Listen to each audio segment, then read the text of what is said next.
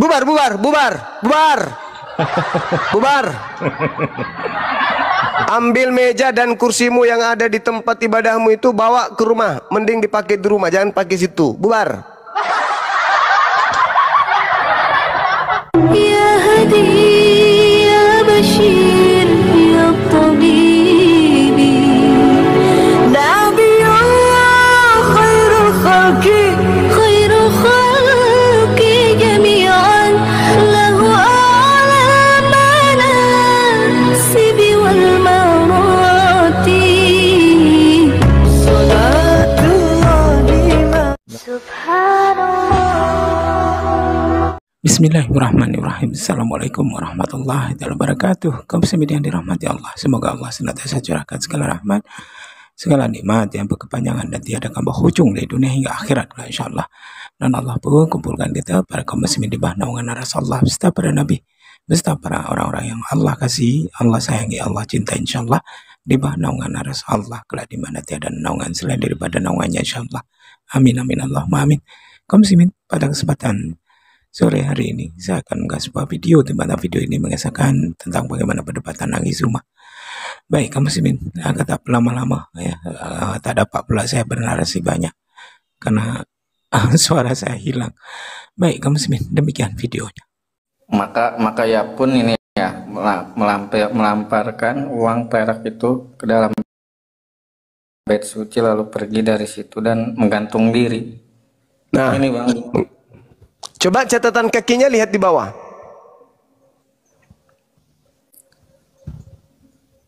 Yang paling bawah. Iya. Yudas pun mencampakkan keping-keping uang perak itu ke dalam bait suci lalu pergi mentongkan dirinya.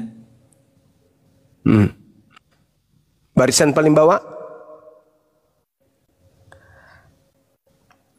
Yudas menentukan diri mencatat bahwa ia tewas karena jatuh. Barangkali yang dilakukan Yudas adalah menjatuhkan diri ke atas sebuah tonggak yang telah diruncingkan. Mati dengan menggantung pada masa itu hanya dilakukan dengan cara disalibkan atau disulapkan. Udah selesai. Bubar, bubar, bubar, bubar. Bubar. Ambil meja dan kursimu yang ada di tempat ibadahmu itu bawa ke rumah. Mending dipakai di rumah, jangan pakai situ. Bubar.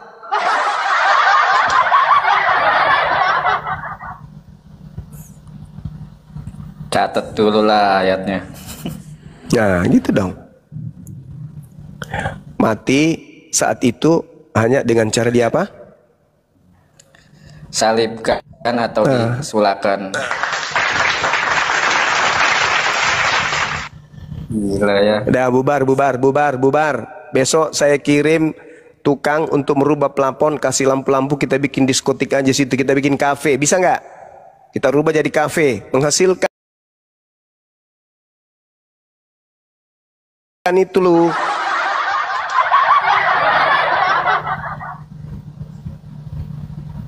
Kafe jual pisang hijau dengan onde-onde. Daripada digunakan menjadi tempat, ya, tempat sesuatu yang tidak sesuai dengan apa yang diajarkan oleh para nabi, mending kita rubah menjadi tempat yang bisa menghasilkan duit, kafe. Kalau kafe banyak karyawan yang bisa kerja di situ. Kalau masih sekarang cuma satu yang kenyang, pemimpinnya aja di atas yang koar-koar. Tapi ada kantinnya juga Bang Jumat. Apa yang kau bilang? Kantinnya itu kan menguntungkan untuk sedikit orang yang punya kantin. Tapi kalau kita bikin kafe, kita bikin koperasi, yayasan lah ceritanya kan. Itu harus dibuat begitu memang, karena menyembah batu. Apa itu artinya? Sakit hati. Iya, penyembah. Sakit hati dia. Kisah Para Rasul 4 nomor 11, Yesus adalah batu. Pak Mama batu gunung. Kolose 2 nomor 9, batu sakar Yesus adalah Elohim, adalah Tuhan. Udah saja itu jadi. Kolose 2 nomor 9, batu sakar Yesus adalah Theos juga. Menyembah batu. Batu mengampuni dosa. Kasihan. Ternyata biji sakar Yesus juga berdasarkan Kolose 2 nomor 9 adalah Tuhannya si kucing garong ini ya. Kasihan. Maka aku bilang tadi Allah Kasihan.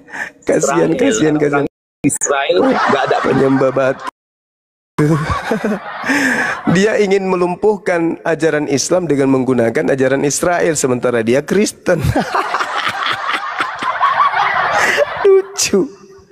Siapa yang mau kau bodohi dengan membawa Tuhannya Yahudi, sementara Tuhanmu adalah Tuhannya orang Roma. Aduh, lucu. Ingin sok paten di depan Islam. Wah, Tuhannya Yahudi, Tuhannya Abraham. Emang lu Tuhanmu Tuhannya Abraham, Tuhan lu? Bukannya Tuhan lu itu namanya Yesus, Filipi 2 nomor 6, turun ke bumi, mengambil rupa manusia, mati dibunuh manusia. Kok ke Tuhannya Yahudi? Tuhannya Yahudi mana bisa mati? Aneh. Mau nipu nih. Sebentar Runda, saya sapa Bang Ari Dwi Atmaja. Selamat malam Bang Ari. Ya, malam Bang. Ya silakan, ada yang mau ditanggapi dari penjelasan dan narasi Runda yang mendetail dari tadi, silakan. Iya, maaf ya Bang Juma. Iya. Tadi kan ini bawa 1 Yohanes berapa ya, 5 ayat yang ke-7. Ya. Nah itu gini Bang Zuma, tulisannya Bang Zuma, ntar ya. Soalnya Bang Juma bacanya nggak sampai selesai ayat 7. Oke. Ini Bang Zuma. Ya. Di tetep layar teman-teman ya. Iya Bang Zuma ya, maaf ya Bang Zuma. Iya. Sebab Iya nggak apa-apa. Sebab ada 3 yang memberi kesaksian di dalam surga, Bapa, Firman, dan Roh Kudus, ya, dan Roh Kudus. Dan ketiganya adalah satu. Nah ini juga baca Bang Suma gitu. Iya, di situ satu apa Bang? Satu Bang, satu hakikat. Anak ini kan jelas sekali ketika berbicara mengenai firman. Oke, firman ini kan masuk Yesus gak di situ? Kenapa Bang? Termasuk Yesus gak?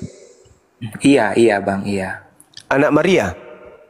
Firman Bang, tapi sebagai firman. Bukan sebagai anak Maria? Sebagai firman Bang. Terus anak Maria kemana?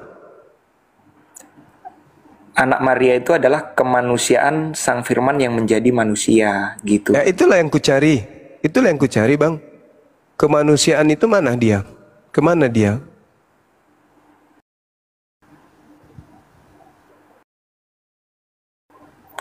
Kemanusiaannya kalau sekarang sudah di surga Bang. Nah di sini? Dia di dalam surga ada 3 yang bersaksi, tapi manusianya mana? Jadi gini Bang, kondisinya dalam kondisi firman, ketika Yesus sudah bangkit dari antara orang mati, tubuhnya itu tidak terbatas ruang dan waktu lagi.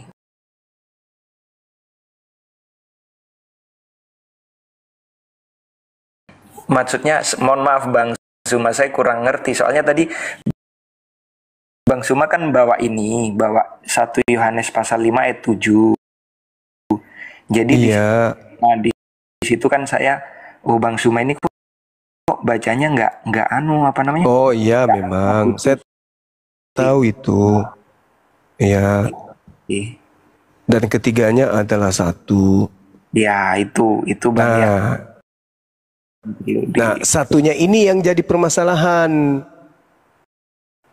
Satu apa dia? Apakah satu misi, satu ajaran, atau satu hakikat? Kalau satu hakikat, muncul pertanyaan, dagingnya mana? Kemanusiaannya mana? Itu gini Bang, satu hakikat itu Bapa, Firman, dan Roh, itu adalah hakikatnya adalah Sang Pencipta, hakikatnya adalah Allah, gitu. Iya, oke.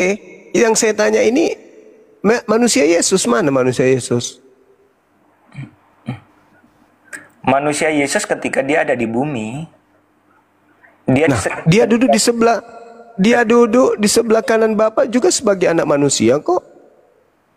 Iya, tetapi tubuhnya sudah tidak terbatas ruang dan waktu. Tubuh Nah, kemuliaan. tubuh manusianya mana? Maksudnya, Bang? Lah, dia kan jadi manusia. Iya, jadi firman itu datang menjadi manusia. Gitu. Nah, setelah terangkat, tubuh manusianya mana? Lo kan terangkat ke surga kan disaksikan 500 pasang mata lebih, Bang. Ya, itulah manusianya yang terangkat ini mana? Hilang. Dia sebagai firman, Bang. Ya, hilang, unsur manusianya hilang. Kemanusiaannya kan sudah menebus dosa. Menebus dosa manusia di atas kayu salib, Bang, gitu. Jadi hilang. Ke sisi kemanusiaannya hilang. Tubuhnya sudah tubuh kemuliaan. Ini enggak, aku bingung. Bang Suma membicarakan yang mana nih? Soalnya aku bingung, Bang. Saya cuma nanggapin ini tadi sih. Karena Bang Suma kan bacanya nggak lengkap. Dan soalnya kan di sini Bang Suma kan ada 3 yang memberi kesaksian di surga, Bapa, Firman, dan Roh Kudus. Ya. Nah, Dan ketiganya satu. Nah, itu yang Bang Suma nggak baca. Saya cuman menyampaikan itu aja dari data yang ada di Alkitab, gitu aja sih, Bang. Iya. Kalau Dan ketiganya, kalau untuk dikejar ke sana otomatis kan larinya ini kemana kan gitu. Gitu. iya. Jadi gini, Bang. Kalau kita mau belajar lebih jauh, sebenarnya Yohanes 1 Yohanes 5 nomor 7 itu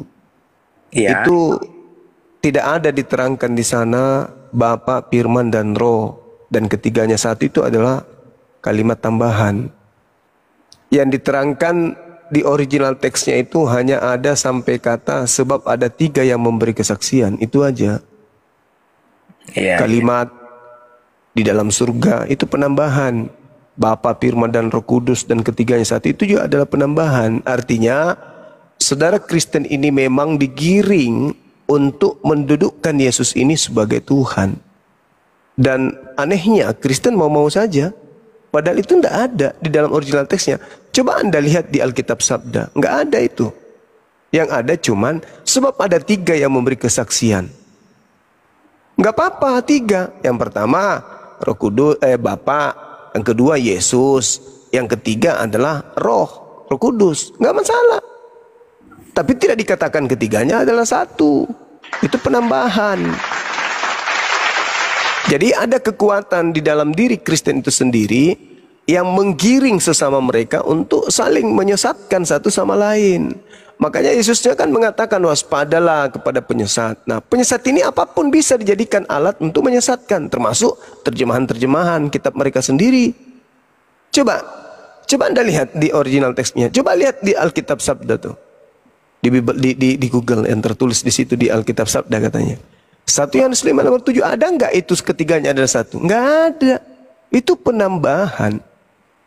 Berarti dengan kata lain masih terbuka ruang bagi orang Kristen untuk melepaskan konsep bahwa Yesus itu adalah satu hakikat dengan Tuhan. Karena ternyata cuma diusung oleh penambahan Lembaga Bible Indonesia.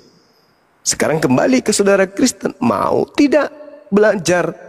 Karena gini, sebuah kitab suci yang dianggap suci, sebuah kitab yang dianggap suci, ketika dia sudah bermasalah, maka di situ muncul pertanyaan. Kalau ini dari Tuhan, mustahil dia dipakai untuk menyesatkan manusia. Mustahil. Dan faktanya dipakai menyesatkan ini. Karena tidak ada, ketiga-tiganya adalah satu, itu nggak ada. Berarti justru Bible ini dipakai untuk mengurung manusia di dalam kesesatan. Kenapa?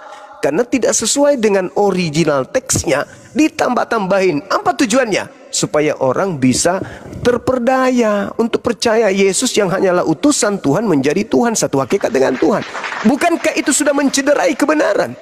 Bukankah itu sudah merusak ajaran Yesus? Bukankah Yesus ingin dikenal hanya sebagai utusan Tuhan? Tapi dengan lai, mereka mencoba untuk mendudukkan Yesus itu sehakikat dengan Tuhan. Nah, pertanyaannya, apakah kitab yang dibuat lai ini untuk mengajak manusia selamat atau menggiring kepada kebinasaan? Kalau menggiring kepada keselamatan, kenapa dia menambahi? Tapi karena dia menambahi, tujuannya apa? Apa tujuannya menambahi? Untuk menggiring manusia Yesus hakikat dengan pencipta. Mana bisa? Yesus mengatakan, aku tidak bisa berbuat apa-apa dari diriku sendiri. Yesus mengatakan, aku datang menjadi manusia bukan atas kehendakku sendiri. Yesus bersaksi bahwa segala perbuatan yang aku kerjakan, perbuatan ini, pekerjaan ini yang bersaksi tentang aku, bahwa Bapa yang telah mengutus aku. Kesaksian Yesus dicoba dibantah dengan memplesetkan isi Bibelnya sendiri. Berarti Bibel ini ada masalah.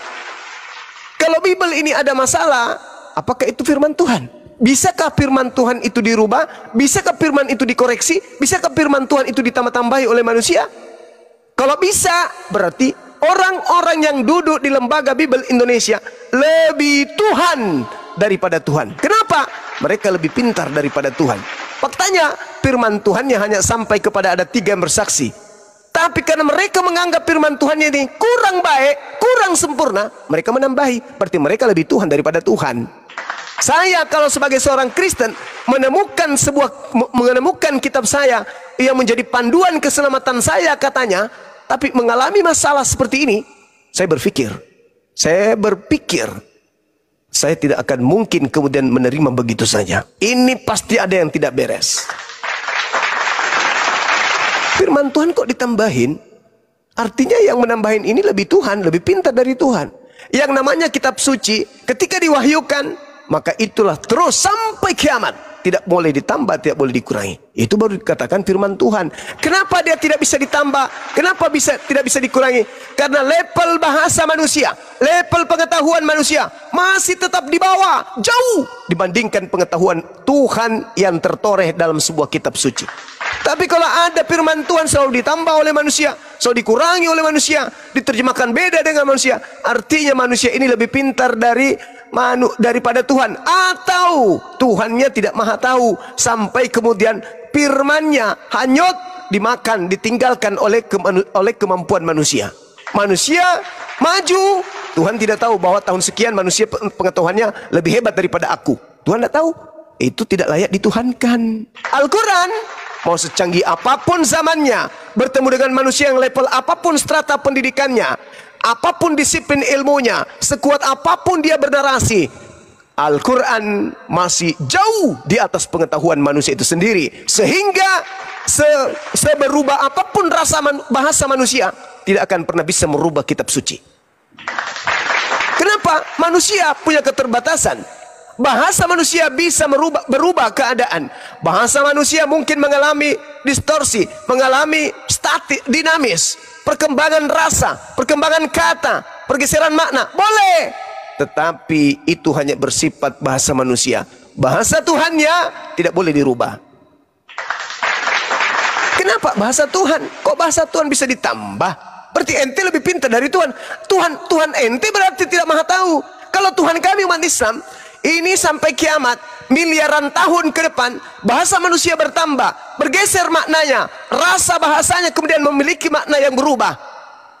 Maka aku mewahyukan sebuah kalimatku yang tidak akan pernah bisa berubah meskipun pengetahuan manusia berubah. Karena bahasaku adalah bahasa Tuhan, bahasa mereka hanyalah bahasa ciptaan. Dengan kata lain, firman Tuhan tidak akan mungkin dikoreksi. Firman Tuhan tidak mungkin direvisi. Kalau ada yang mengatakan punya kitab firman Tuhan, tapi selalu dikoreksi, selalu direvisi, yakin dan percaya, itu bukan firman Tuhan. Atau betul-betul dia firman Tuhan, tapi Tuhan yang dimaksud di situ adalah pengarangnya. Mereka menyembah pengarang kitabnya mereka sendiri. Al-Quran, na'udzubillah, alhamdulillah, tidak disifati dengan sifat seperti yang dialami oleh Bible. Sekali lagi, 1 Yohanes 5 nomor 7, sebab ada 3 yang memberi kesaksian. Titik. Jangan ditambah. Kapan ditambah, maka itu akan membuka aib kalau Bible itu bukan firman Tuhan. Yang aneh, di tahun 2014, terjemahannya berubah lagi. Apa katanya? Jadi Allah sudah memberikan kepada kita 3 hal. 3 hal yang menyampaikan kesaksian yang sama tentang Yesus, yaitu Roh Kudus, air dan darah. Berubah lagi. Semakin aneh kan? Tiga-tiganya kalau terjemahan baru, Firman, Bapa, Firman dan Roh. 2014, Roh Kudus, air dan darah. Darah juga ikut, air juga ikut situ. Ini firman Tuhan. Kalau saya, bagi orang yang berakal sehat, takkan mungkin mau menyandarkan hidupku, keselamatanku, anak-anakku, keturunanku kepada buku yang modelnya kayak begitu. Demikian. Silakan diangkat Dian dulu, ada telepon saya, silakan. Oke. Jadi memang gini, Bang Suma ini memahami isi Alkitab dengan kami orang Kristen berbeda. Ya terserah aja sih, menurut saya sih terserah aja. Cuman itu Abang Suma mengatakan itu tambahan kah sisipan, ya itu terserah Bang Suma. Cuman kita meyakini Alkitab itu yang tadi itu ketiganya adalah satu, ya memang ketiganya adalah satu. Satu hakikatnya adalah Sang Pencipta, seperti itu Bang Suma. Cuman bagi Bang Suma, Yesus itu siapa sih Bang? Bagi Bang Suma itu sih yang yang saya kurang mengerti gitu nah.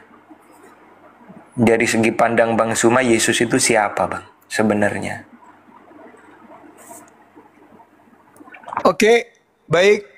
Kalau saya Bang ditanya tentang Yesus, kalau saya membaca di Bible, Yesus itu utusan Tuhan kepada Bani Israel berdasarkan pengakuannya sendiri.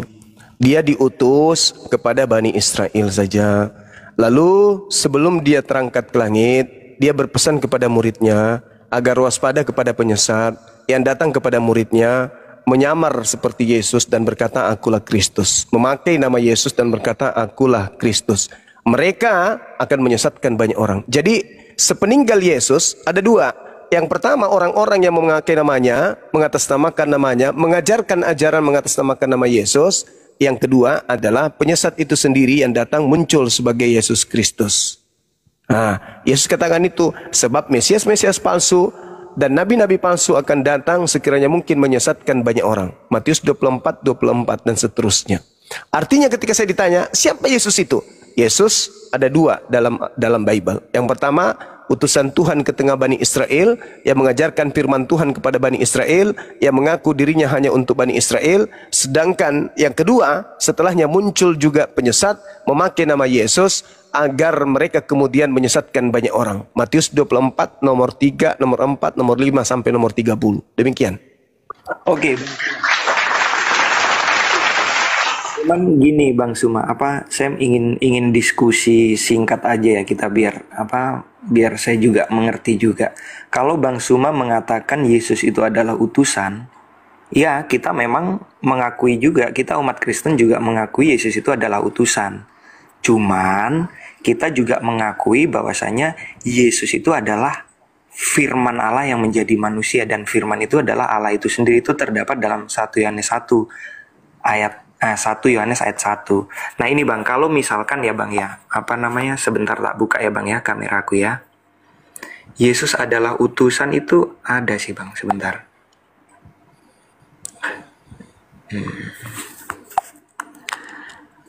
Ini Bang ya, di Yohanes pasal 17 ayat yang ketiga, ini menyatakan Yesus adalah utusan. Kita juga mengimani Yesus adalah utusan.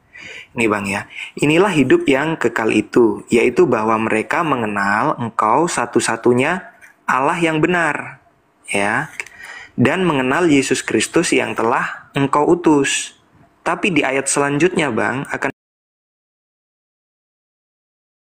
saya baca,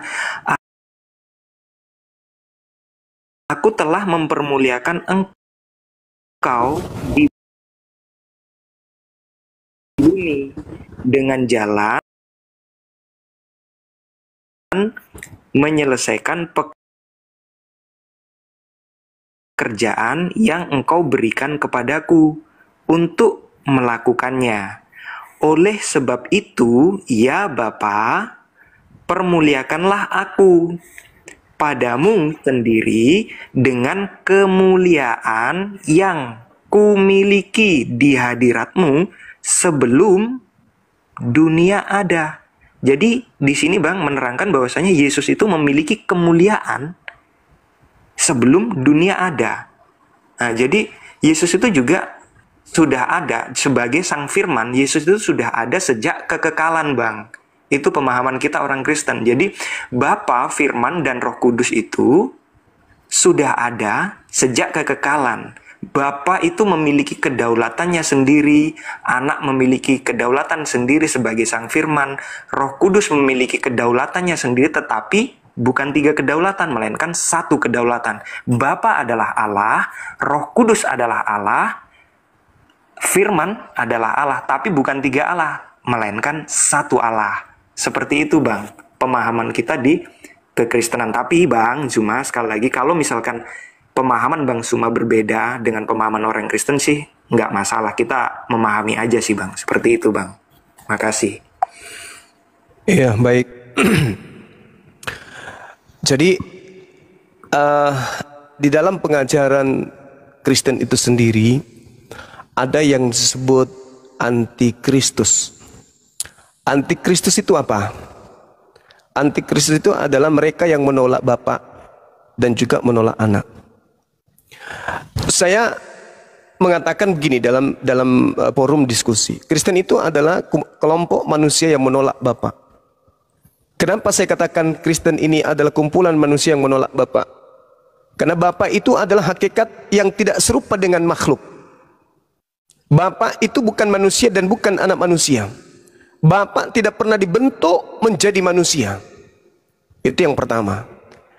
Tapi kemudian Bapa yang bukan manusia ini ingin dikenal manusia dengan menorehkan keadaan di mana Dia yang bukan makhluk mengutus manusia untuk menjelaskan kepada manusia tentang keadaan dirinya, keberadaan dirinya. Dia yang bukan manusia ingin dikenali dengan mengutus nabi-nabi. Dia yang bukan manusia ingin diibadahi dengan mengutus kitab suci. Dan itu dibatalkan seluruhnya oleh Kristen. Tuhan nusul ke bumi berteofani menjadi manusia itu sendiri. Itu mutlak, Anda iakan. Filipi 2 nomor 6, nomor 7, 8, Yohanes 1 nomor 16. Dalam dasar Yohanes 1 nomor 1. Anda harus akui itu. Sekarang ketika Anda mencoba untuk menarasikan hal yang sama antara Tuhan yang bukan manusia dengan Yesus yang adalah Tuhan itu sendiri, yang Anda katakan sehakikat, Anda sudah menolak Bapa. Yesaya 43 nomor 10. Engkaulah saksi-saksiku, tidak ada Tuhan yang dibentuk sebelum aku dan tidak ada yang dibentuk setelahku. Yesus Tuhan yang dibentuk menjadi daging. No, tertolak. Artinya dalam hal ini Anda memenuhi syarat menjadi antikristus. Anda menolak Bapa. Dia satu-satunya yang tak tersentuh dengan kemiripan, kesamaan dengan manusia, dengan makhluk. Laisa kamitslihi syai'. 2 Samuel 7:22. Tidak ada yang serupa dengan Tuhan pencipta langit dan bumi. Mereka mengenalnya Bapa dan Anda anti terhadap itu. Yang kedua, antikristus itu anti terhadap Anak, anti terhadap Kristus. Kristus itu adalah, catat, manusia yang diurapi Tuhan.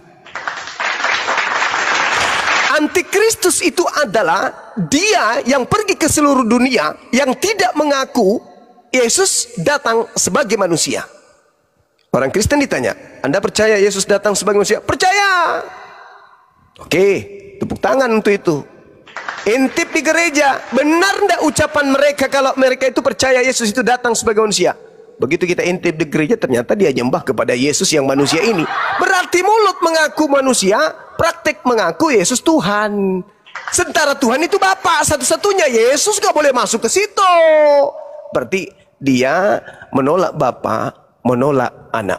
Anak ini hanya ingin dikenal sebagai manusia utusan Tuhan. Dia datang ke atas muka bumi, ingin dikenal sebagai apa? Sebagai Tuhan atau sebagai utusan Tuhan? Sebagai utusan Tuhan. Tapi Kristen mengatakan di ujungnya nanti, tapi loh, apa tapinya? Tapi dia juga adalah Tuhan. Anti terhadap Anak, anti terhadap Bapa. Kristus, sekali lagi, Kristus sama dengan manusia yang diurapi Tuhan, bukan Tuhan yang diurapi Tuhan. Jadi Kristen itu antikristus. Oke Bang. Gitu. Saya- Ya, silakan. Maaf Bang Suma. Bang Suma lari ke antikristus ya. Oke Bang, saya akan bawakan data ya Bang. Ini sekali lagi saya akan bawakan data. Jadi saya nggak bicara asal ya Bang ya. Ini Bang ya. 1 Yohanes 2 ayat yang ke-7. Nah ini Bang, ini yang disebut Bang Suma antikristus itu seperti apa? Ini Nih ya, tak baca ya.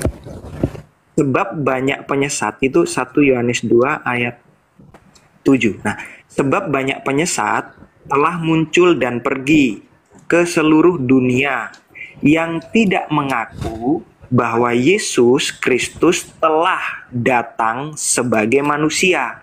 Itu adalah si penyesat dan antikristus. Nah, kalau kita Bang, orang Kristen itu, kita percaya Yesus itu datang sebagai manusia. Makanya Yesus itu memiliki duinatur. Dia itu Allah sepenuhnya sebagai Sang Firman, dan dia juga manusia sepenuhnya. Makanya yang mati di kayu salib itu, ya kan, adalah pribadi Firman yang menjadi manusia, yang kodratnya sebagai manusia. Dan yang mati itu adalah kodratnya sebagai manusia, kemanusiaannya. Gitu Bang. Ini datanya ada Bang. Jadi kita orang Kristen, Bang, kita percaya Yesus itu datang sebagai manusia. Nah, di sini tertulis bahwa antikristus itu adalah dia yang tidak percaya bahwasanya Yesus itu datang sebagai manusia.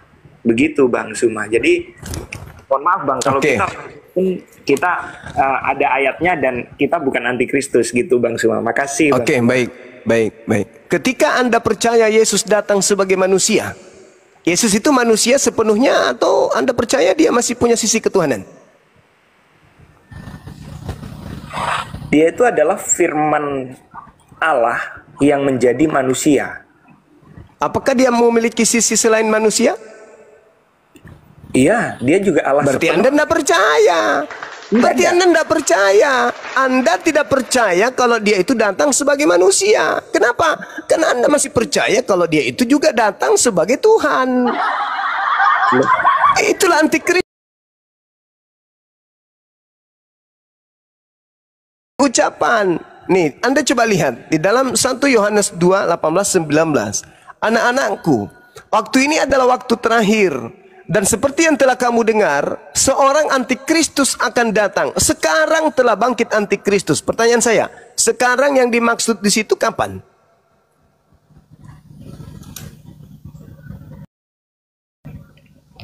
Gini Bang Suma, intinya kita orang Kristen ada data dan Alkitabnya sudah jelas. Di situ yang antikristus itu adalah yang tidak percaya Yesus Kristus itu datang sebagai manusia. Kalau kita orang Kristen, kita percaya Yesus Kristus itu datang sebagai manusia.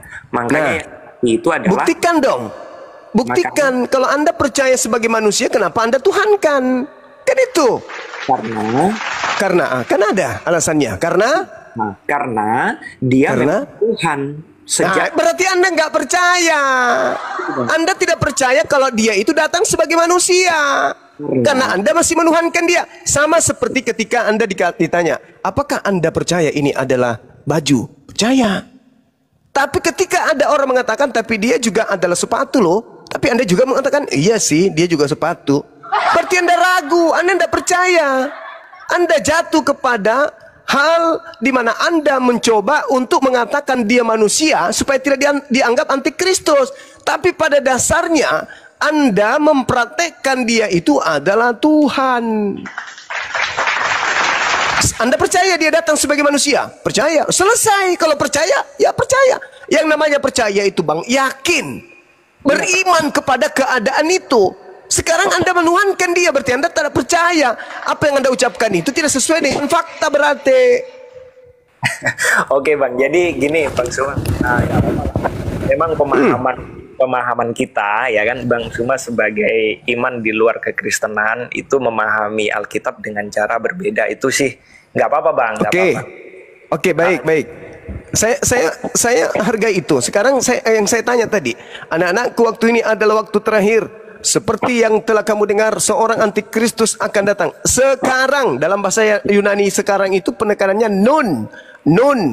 Sekarang telah bangkit banyak antikristus. Itulah tandanya bahwa waktu ini benar-benar adalah waktu yang terakhir. Memang mereka berasal dari antara kita. Saat itu kapan dan kita itu berasal dari tengah-tengah kita, itu maksudnya apa? Coba. Sekarang itu kapan dan antikristus itu betul berasal di tengah-tengah kita, itu siapa maksudnya? Ya. Mana? Nah, itu lari lagi ke situ. Oke lah, itu sejak saat itu dan memang sudah ada penyesatan Bang gitu. Jadi sejak saat itu berarti antikristusnya ada pada saat itu kan? Siapa itu mereka? Ada tertulis sejak tampilnya Yohanes Pembaptis, kerajaan Allah sudah diserongkan. Dalam artian kebenaran itu sudah diserongkan. Oke, Gitu. oleh siapa? Oleh siapa? Ya oleh penyesat-penyesat lah pastinya. Oke, sekarang Yesus ketika datang, Bani Israel terpecah menjadi dua golongan. Betul? Betul kan? Ya. Paulus masuk ke dalam golongan mana? Murid-murid Yesus atau orang yang anti terhadap Yesus? Paulusnya ini yang kutanya. Pada saat itu, abang pertanyaannya kurang detail. Jadi kalau abang tanya Paulus, itu pertanyaan abang sudah, mohon maaf Bang Izuma ya, itu sudah salah. Karena Paulus itu... Saya bertanya, saya menyatakan gini, Yesus datang, Bani Israel terpecah menjadi dua. Yang pertama menjadi pengikutnya, yang kedua menjadi pembantahnya. Paulus sebagaimana? Golongan mana Paulus? Oke, mohon maaf Bang. Saya bilang pertanyaan abang salah karena abang pakai nama Paulus. Karena nama Paulus itu sebelumnya adalah Saulus Bang. Nah sebelum dia bertobat, sebelum dia mengalami penglihatan itu ketika perjalanan ke Damsik, dia namanya Saulus Bang. Dan dia itu yang menyesah orang-orang kudus, pengikut-pengikut Kristus saat itu. Dia menyesah, dia menyiksa, seperti itu Bang. Ya, saya ulang lagi pertanyaan saya biar lebih dipahami. Galatia 1:15, waktu Ia yang telah memilih aku sejak kandungan ibuku dan memanggil aku oleh kasih karunia-Nya.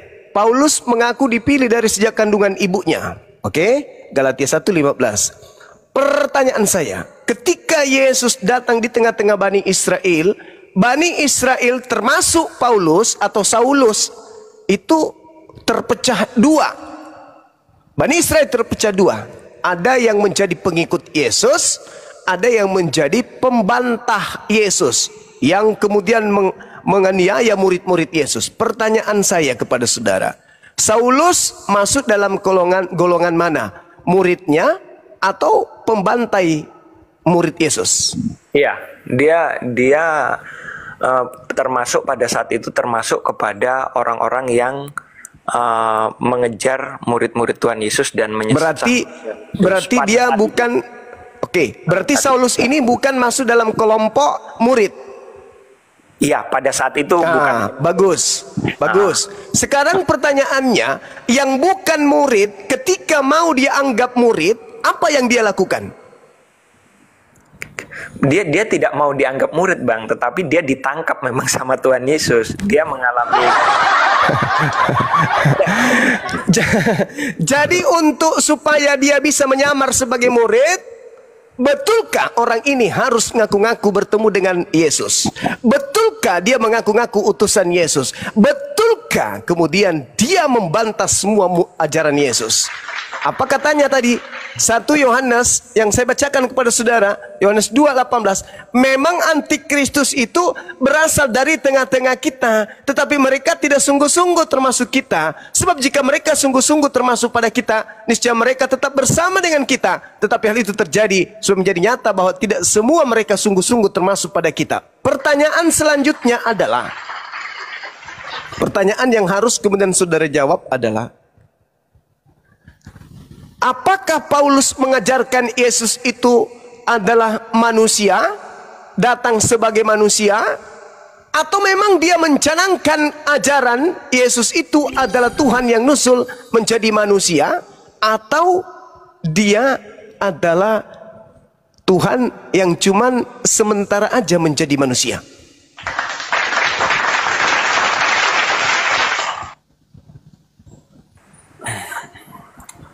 Ya, Bang Sumah. Jadi Yesus itu adalah pribadi kedua Allah, yaitu Firman yang menjadi manusia.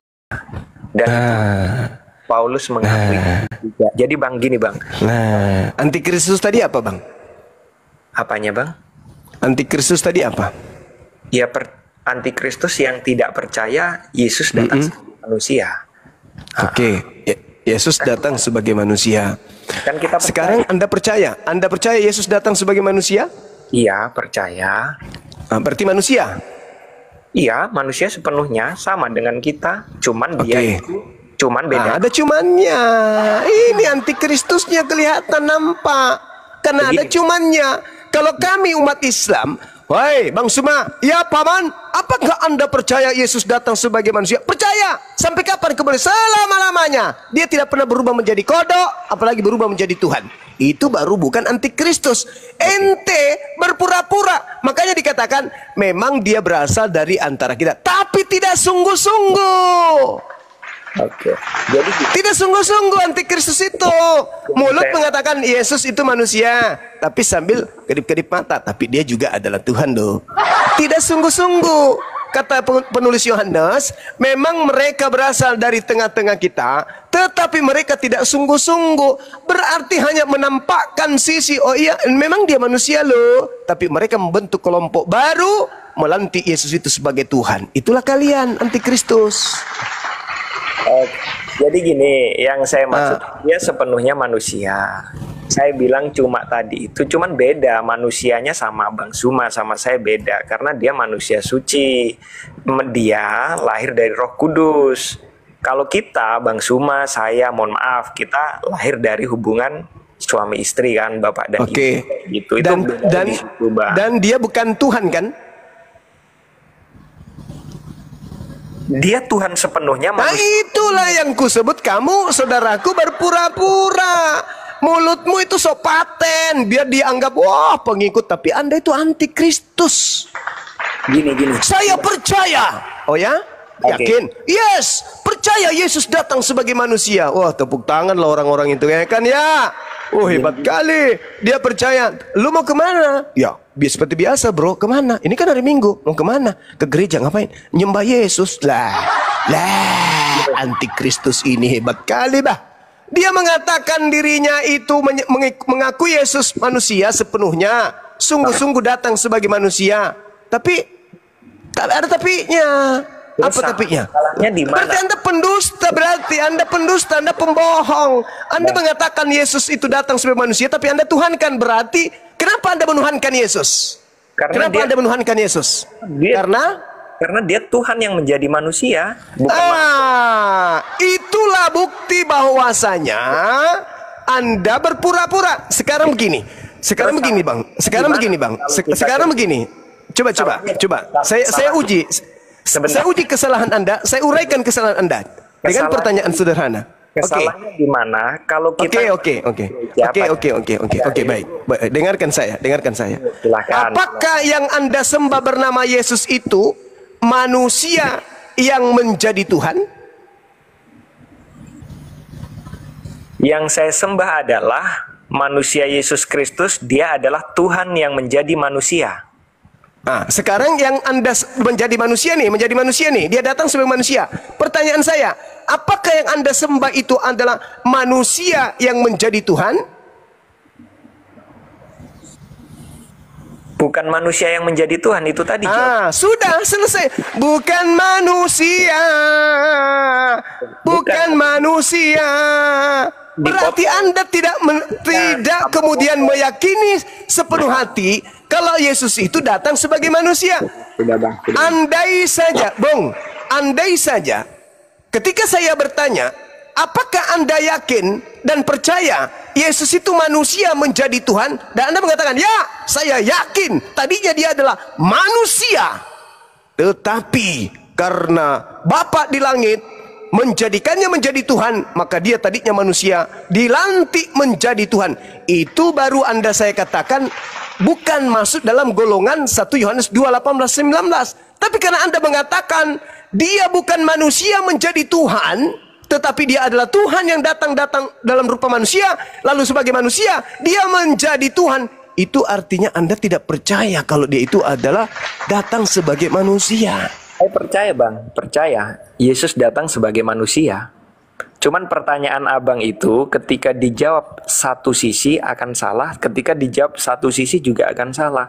Itu pertanyaan abang Suma itu seperti jebakan. Jadi begini Bang Suma, mohon maaf. Ketika orang Kristen, saya ya kan pergi ke gereja, ya kan beribadah pada saat hari Minggu, ya kan. Terus abang bilang nyembah manusia. Terus apa salahnya Bang kalau saya menyembah manusia Yesus Kristus? Berarti Anda sabar. Manusia seperti abang, bukan manusia seperti saya. Kalau Anda menyembah manusia Yesus, manusia Yesus, itu sama halnya Anda menginjak lidah Anda sendiri.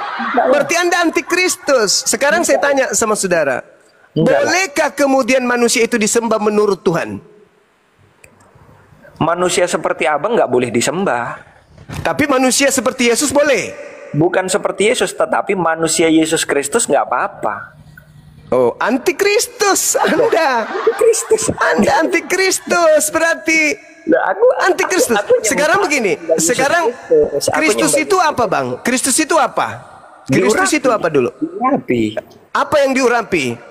Loh, dia sejak kekekalan sudah menerima pengurapan. Apa yang diurapi sejak kekekalan? Antikristus. Apa yang diurapi? Gini Bang Suma, gini ya. Apa yang diurapi? Saya tanya dulu, apa yang diurapi? Ini gini Bang Suma, sebentar dulu. Apa yang diurapi? Apa yang diurapi? Sabar, apa yang diurapi? Kita apa yang diurapi? Biar semua tahu bahwa Kristen itu antikristus. Apa yang diurapi? Kristen bukan antikristus, sudah tak tegaskan. Apa yang diurapi? Kristen antikristus. Saya boleh bertaruh nyawa untuk menegakkan itu. Kristen itu antikristus. Sekarang Anda jelaskan kepada saya, Kristus itu apa? Saya tadi di sini ini ya kan menjelaskan supaya Kristus itu apa? Kristus itu apa? Kristus itu apa? Supaya Bang Suma itu tidak membaca Alkitab itu dipotong-potong, apalagi itu saya sudah jawab tadi. Bibelmu itu memelintir Bibelmu sendiri, tak ada kata dan ketiganya satu, coples. Nah, ini kalau orang bodoh sombong ini pantas dimaki. Kalau orang bodoh bahlul sombong. Sebentar Bang Suma, sebentar ya. Maaf. Bang Suma, saya pernah lihat video loh Bang. Abang baca Alkitab itu abang pelintir-pelintir. Abang mau contoh? Bukti? Abang mau bukti? Boleh. Tunggu. Oke, tunggu Bang. Ya, makasih untuk itu. Silakan. Mau Bang, tunggu ya. Ya. Dengerin Bang ya. Ya. Jangan dipotong-potong ya tapi ya. Mohon maaf Bang ya, mohon maaf. Enggak apa-apa, saya maafkan, malah saya berterima kasih. Silakan. Ini Bang. Bentar Bang. Kali ini cuma benar-benar terciduk memutar balik ayat Alkitab. Mari kita cek sama-sama. Keluar. Oh iya.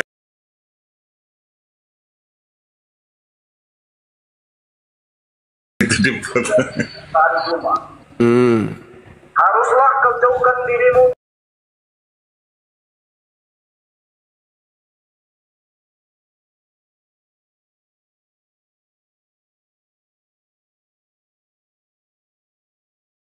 orang yang bersalah dan orang yang benar harus kau bunuh. Sebab aku tidak akan membenarkan orang yang bersalah. Sebab aku akan membenarkan. Video lengkapnya lihat di YouTube Bang Juma nanti. Boleh saya jawab itu ya? Jadi gini saudara. Sebentar Bang. Jadi gini. Jangan dijawab dulu sebentar. Yang saya naik adalah makanya kenapa tadi saya berapa kali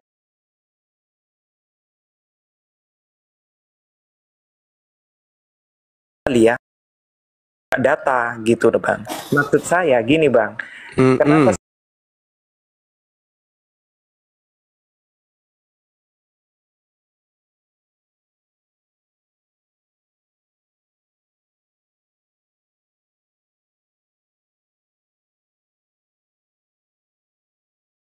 5 nomor 7, menurut saudara, apakah ada kata dan ketiganya ada satu?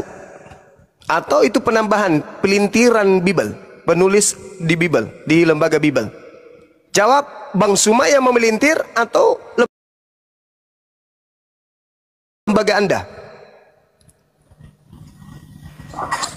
Kalau yang tadi itu Bang Suma bacanya yang ketiganya adalah satu, Bang Suma nggak baca, makanya saya... Karena tidak ada di original teksnya, itu cuma tambahan, itu tambahan lembaga Bible yang memelintir. Original teksnya itu tak ada. Yang ada hanya sebab sebab ada 3 yang bersaksi, titik, nggak ada penambahan. Yaitu Bapa, Firman dan Roh, itu adalah penambahan, dan ketiganya adalah satu, itu penambahan semua. Yang memelintir itu lembaga Bible, tujuannya menyesatkan kalian. Itu yang pertama. Yang kedua, Keluaran 23 nomor 7 dan 8 itu video panjang. Itu video panjang.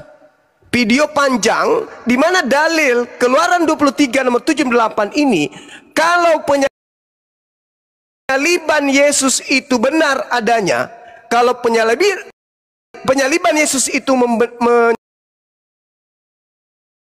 menyelamatkan manusia, kalau Kristen itu adalah agama yang benar, maka dalil di Keluaran 23 nomor 7 nomor 8 di situ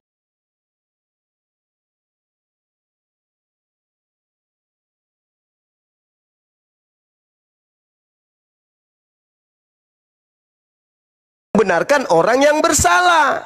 Nah, di dalam Lukas 24:44, Matius 26 nomor 24, Lukas 22 nomor 22, harus digenapi apa yang tertulis tentang aku di mana? Di kitab Taurat. Keluaran ini Taurat. Keluaran ini adalah Taurat menurut tradisi Kristen. Nah, demikian tadi kaum muslimin ya, yang dimana perdebatan itu berlangsung, dan ada seorang Kristen ini memang luar biasa ngeyelnya ya, sehingga apa yang Akhi Suma sampaikan pun hanya menjadi hanya menjadi kebodohan bagi mereka. Kenapa mereka tidak mau menerima dari apa yang disampaikan oleh Akhi Suma, padahal dengan jelas itu adalah isi kitab mereka, yang dimana tidak pernah diajarkan itu di gereja-gereja, tidak pernah disampaikan di gereja-gereja. Karena kalau disampaikan di gereja-gereja, maka niscaya pasti banyak jemaat-jemaatnya yang akan keluar kandang. Kenapa? Karena kejujuran dari seorang pendeta itu akan menjadi sebuah bumerang bagi orang Kristen itu sendiri. Maka orang Kristen itu senang kalau diberikan kabar bohong. Maka dari itu ketika Al-Quran berkata sesungguhnya mereka orang-orang terdahulu telah mencabut ayat-ayat Allah itu dari tempatnya, dan mereka memutar-mutarkan lidahnya, dan mereka senang dengan kabar bohong. Dan itu terbukti hari ini dapat kita saksikan bahasanya orang Kristen apabila mana dibacakan isi kitabnya dengan segala kebenarannya, maka mereka akan menolaknya. Tapi ketika mereka diberikan kabar-kabar dusta yang berada di dalam kitab mereka, maka mereka akan tepuk tangan gembira ria. Itulah jadi bukti tanda bahasanya kesombongan mereka itulah yang akan membawa mereka ke dalam kekafiran sampai mati, hingga menjadi masuk ke dalam neraka jahanam. Itu menjadi sebuah kepastian. Baik kaum muslimin, mungkin hanya itu saja yang dapat saya sampaikan, dan saya Iri Bidasani. Wassalamualaikum warahmatullahi wabarakatuh. Ya Hadi